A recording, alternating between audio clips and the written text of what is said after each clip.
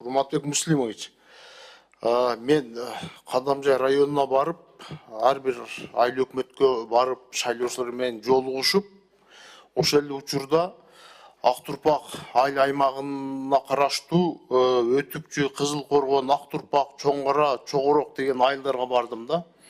Ошол жерде өзүңүз билесиз, Кожошкен дарыясы өтөт. Турабы? Билесиз да. Кожошкен дарыясы өтөт. Ушул айыл аталган айылдардын ар жагы Өзбекстандын анклав Сок районуна караштуу Тул деген айыл жайгашкан. Өтүкчүдө көпүрө өтөт.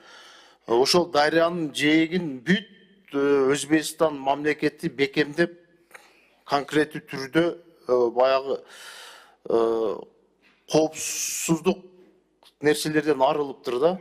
Биз жак, биздин аталган айылдар жак уже Минтранстын жолунача келип калыптыр. Жээктерди жеп дарыячы.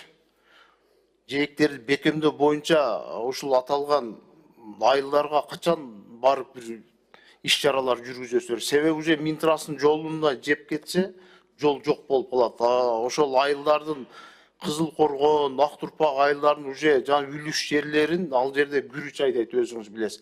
Жарымдан көбү кетип калыптыр. Уже мен өз көзүм менен көрүп келдим. Ошол эле учурда дагы Кадамжай районуна караштуу Орозбеков айыл аймагында жана Күлдү, Киров, Бостон деген айылдар бар. Анда жакшы билесиз, жылда сел агат ал жерден. Сиздердин эки көпүрөдү алып кеткен, былтыр жакшы эки чоң көпүрөдү салып бердиңиздер. Ал жерде да ошондой эле жагдайда, ошо айылдын ичинен өткөн сел келсе айылдын ичинен өтөт экен, жолго жетип калыптыр да. Ушу боюнча сиз жазып алсаңыз, тез аранын ичинде бир чара көрүп, бекемдөө иштерини, жээкти бекемдөө иштерин баштабасаңыздар, бул аябай мындай кооптуу болуп жатат да.